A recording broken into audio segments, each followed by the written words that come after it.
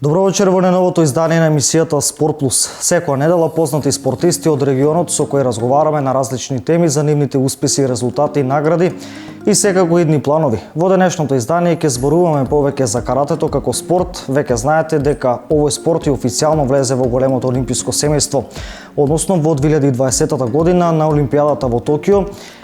Секако, како што кажав, и каратето влегува како спорт. За ова повеќе ќе разговараме со мојот денешен гостин, Емил Павлов, еден од најдобрите каратисти во Македонија, освојувач на бронзен медал на првите европски олимписки игри во Баку во сениорска конкуренција, досега 6 или 7 пати поред е државен првак и европски првак во 2014 година. Да не заборавев нешто, Емил. Од прилика е тоа. Од прилика е тоа, да. Најпрво сакам да ви се заблагодарам за поканата, да бидам дел од вашата емисија. Чест ми е што сум овде и се надевам дека ќе ги здржиме вниманието на вашите гледачи. Па вака, како што кажавте и вие, 2014 година беше за мене најуспешна досега во мојата кариера. Бев прв на европското првенство кој што тој медал е историски за Македонија, бидејќи јас сум единствениот европски освојувач на злато од европско првенство. Таа година бев и петти на светското првенство во Бремен. Потоа минатата година можам да кажам дека имав исто така успешна сезона. Бев најпрво петти на европското првенство, со тоа што обезбедив и норма на првите европски олимписки игри. На тие олимписки игри и имав честа прв да настапам и да го донесам првиот медал за Македонија на тие европски игри. Оваа година исто така бев и трет на европското првенство, со тоа што го продолжив континуитетот на добри настапи на големите надпреварувања. Така, за ова ќе зборуваме малку подетално, она што беше актуелно изминатиот период е светското првенство во карате кое што се одржа во Линц, Австрија. За жал имаше 3 победи, односно 4, не успеа да се вратиш со медал. Што се случи? Па да, вака, изминатата недела учествувавме на светското првенство кое се одржа во Австрија, Линц. Пред тоа обезбедив критериум за да настапам на ова светско првенство. Конкуренцијата беше доста голема, можем да кажем дека досега најголема на едно светско првенство. Тоа се должи на тоа што каратето е ова прв голем настан после влегувањето на каратето на Олимписките игри. Знаев што ќе ме очекува овде, затоа бев и подготвен.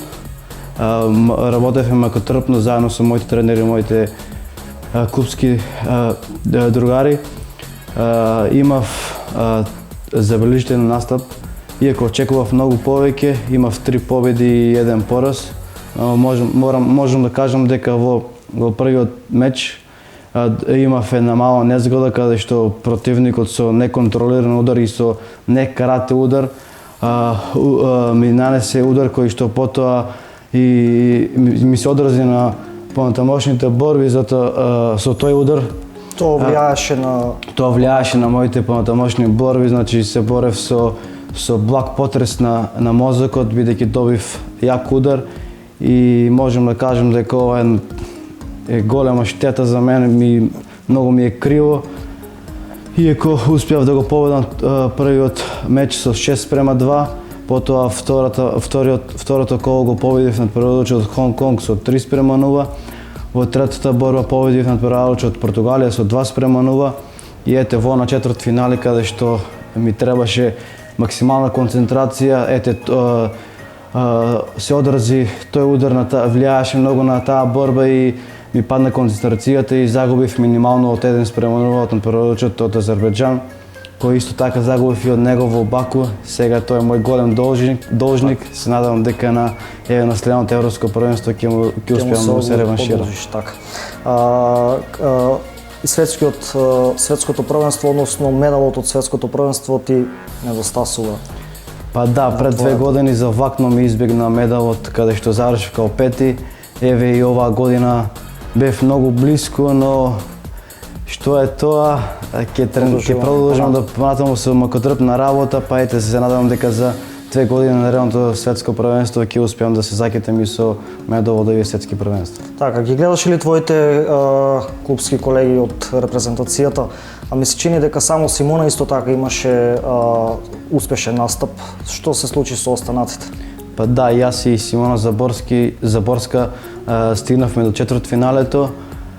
Потоа другите наши колеги, иако сигурен бев дека беа многу подготвени за ова првенство, но ете, немавме спортска среќа, не сакаше, како што каже и селекторот по завршувањето на овие светски првенства.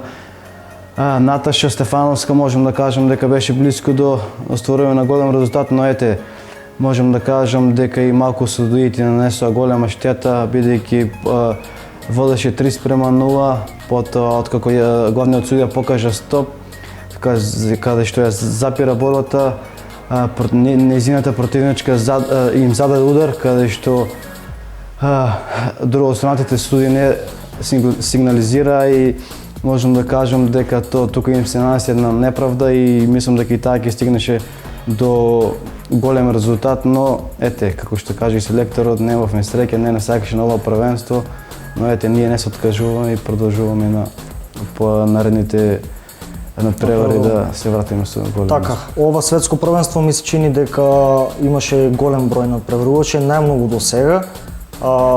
Колку надпреварувачи имаше, еве, од колку земји поточно?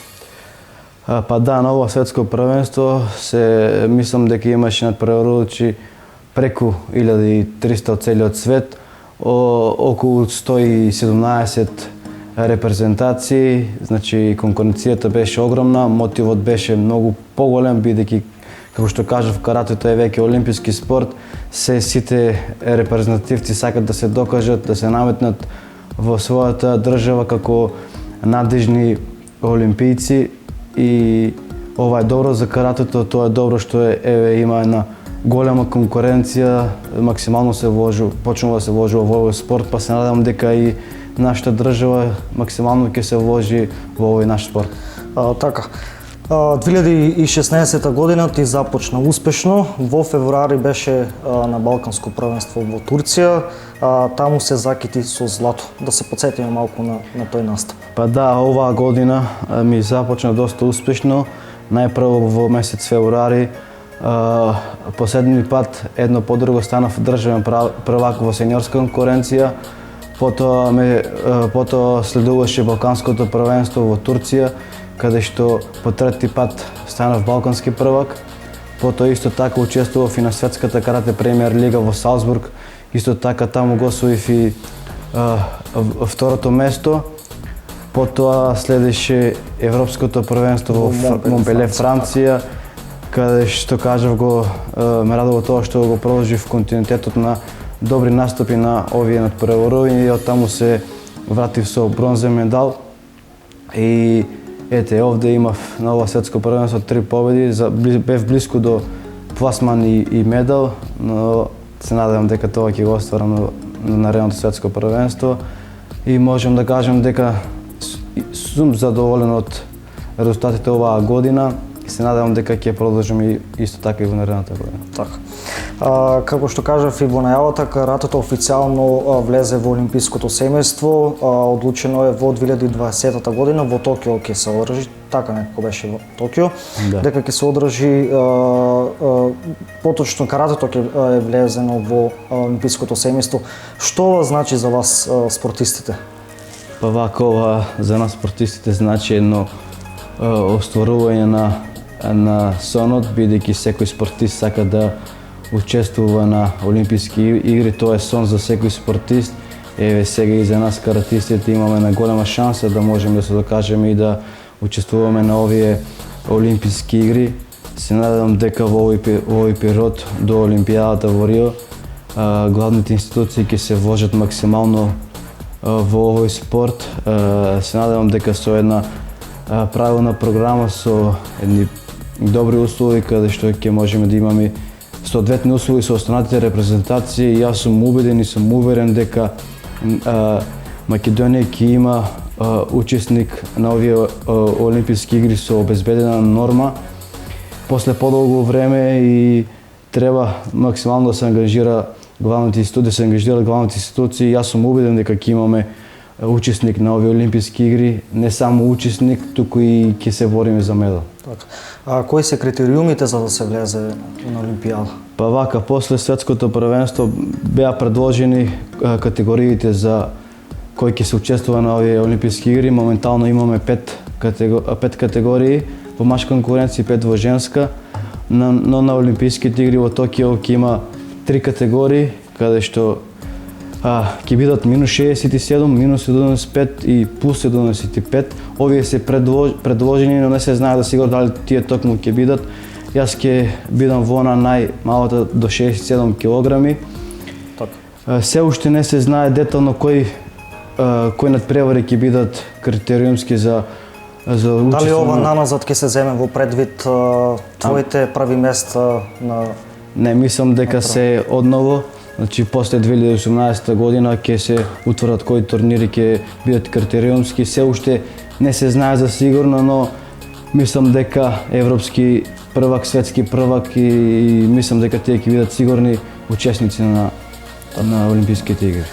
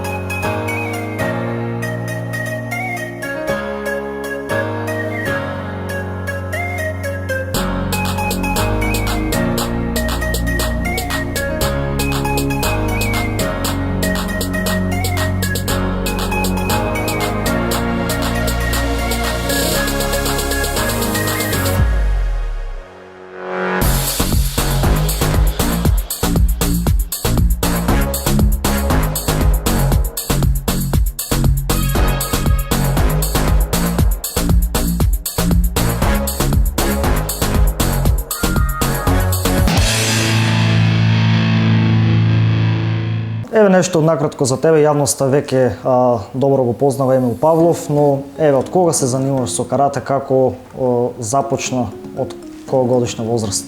Па да, јас со карате спортот почнав да се занимавам уште од 7 годишна возраст, поточно 17 години.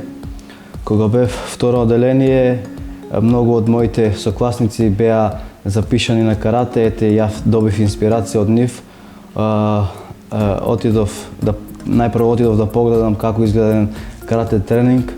Ете од тогаш добив инспирација и желба да започнам да тренирам карате.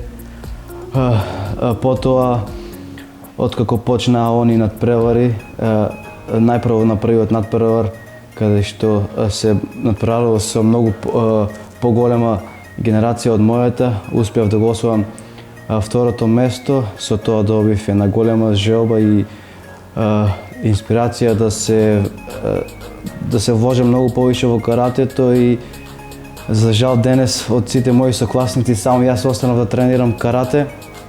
Значи можам да кажам дека овие 17 години имам постигнато доста за македонскиот спорт. Најпрво, како што кажав, сум 7 пати поред државен првак на Македонија во сениорска конкуренција, 3 пати балкански првак, 2 пати во сениорска конкуренција, еднаш во јуниорска. 2 пати сум бронзен на светско универзитетско првенство, каде што бев представник на нашиот универзитет Гоце Делчев. Потоа сум 5ти на светското првенство во Бремен, европски првак, оваа година бронзен, минатата година бронзен на европските олимписки игри. Се надевам дека ова нема да застанам тука. Да, се надевам дека нема да застанам тука и ќе продолжам да постигнам уште големи резултати. Така, во моментот во кој клуб членуваш? Да, јас тренирам во карате клубот Штип под раководство на моите тренери Сашко и Жарко Арсовски. Така, како функционира клубот, колку членови има? Па, можам да кажам дека карате клубот Штип е еден од најорганизираните клубови во Македонија. Бројот на членови е преку 50 дечиња. Ме радува тоа што после освојањето на овие мои резултати се расте бројот на мали дечиња кои сакаат да го тренираат овој спорт. Се радувам дека и понатаму така ќе биде и се надевам дека и некој друг од карате клубот Штип ќе ги постигне овие мои резултати. Ќе продолжи по постапките како што ти продолжи како што јас продолжи по моите тренери. Да. Така, бараат ли дечињата еве совети од твоја страна како да ги тренираш ли? Па да, јас постојано сум со моите клубски другари и членовите на карате клуб Штип. Секогаш кога имам можност и го им пренесувам моето искуство и тоа ме радува што е така и што има можност да им покажам сето оно јас што сум го научил во изминатите години. Беше избран во 2016 година, односно 2015 за најдобар спортист на Штип. По втор пат те избра. Како е ова чувство да се биде по втор пат спортист на Штип? Па да, бев 2014 бев најдобар спортист, така 2015 тоа е една голема награда за сето оно што го работам, за сето оно што го постигнувам за Македонија, така и за градот Штип. Тоа е една мотивација за мене, но пред се и една обврска, исто така да продолжим и понатаму со мокотрпна работа и уште многу да постигнувам и да предонесувам за афирмација на градот Штип. Се надевам дека и оваа година ќе бидам избран за спортист на градот Штип. Исто така се надевам дека и ќе бидам еден од номинираните спортисти за спортист на Македонија. Со оглед на твоите постигнати резултати оваа година, се надевам, исто така бев и номиниран во 2014 година, се надевам дека оваа година ќе можем да се надевим и на спортист на Македонија. Колку ти помагат државните институции? Ми се чини дека ти од Штип заедно со, да го споменеме, борачот Зоран Шоров, така сте носители на спортската пензија. Па да, во карате спортот можам да кажам дека откако ќе постигнеш некој голем резултат, ги имаш оние бенефиции кои ти ги дава државата, но пред тоа е многу тешко да утренираш овој спорт, бидејќи мора да имаш некоја финансиска помош од твоите дома, бидејќи овој спорт е аматерски. нема многу вложување во овој спорт, се надевам дека Поединечно, да, мора поединечно. само Се надевам дека тоа ќе се промени во иднина. Откако го освоив Европскиот врв во 2014 година, благодарение на тој резултат, јас од страна на Агенцијата за млади спорт и од владата на Република Македонија добив стипендија од светска категорија. Исто така го добив и на популарното признание спортска пензија. Можам да кажам дека ова е еден поттик за секој млад спортист, дека доколку успее да достигне голем резултат, државата го вреднува тој резултат и тоа е голема сатисфакција за секој спортист и бидејќи доколку постигнеш резултат, тие ти го вреднуваат. Исто така со освојањето на овој бронзен медал оваа година, јас ја продолжив мојата стипендија во наредните 4 години, исто така и тоа е еден плюс за мене. Така. Имаш поддршка нормално и од твоите блиски, пријатели, роднини. Кажи ми, во иднина, каде се пронаѓаш, дали можеби Емил ќе отвори некој клуб овде на истокот или во Македонија, да може да членуваат дечиња, да ги учиш? Вака голема желба ми е по завршувањето на мојата спортска кариера да го пренесам моето искуство на некои наши сограѓања, некои наши идни каратисти. Се надевам дека тоа ќе ми се отствари. Се гледам и како моето искуство да го пренесем и на некои од репрезентациите на македонското карате, но ете, за ова не сакам сега да зборувам. Се уште сум млад, има многу време. Допрва ќе освојуваш уште медали. Но се гледам како еден од тренерите. Така. Еве да ни откриеш до крајот на годината, ни останува уште еден месец скоро.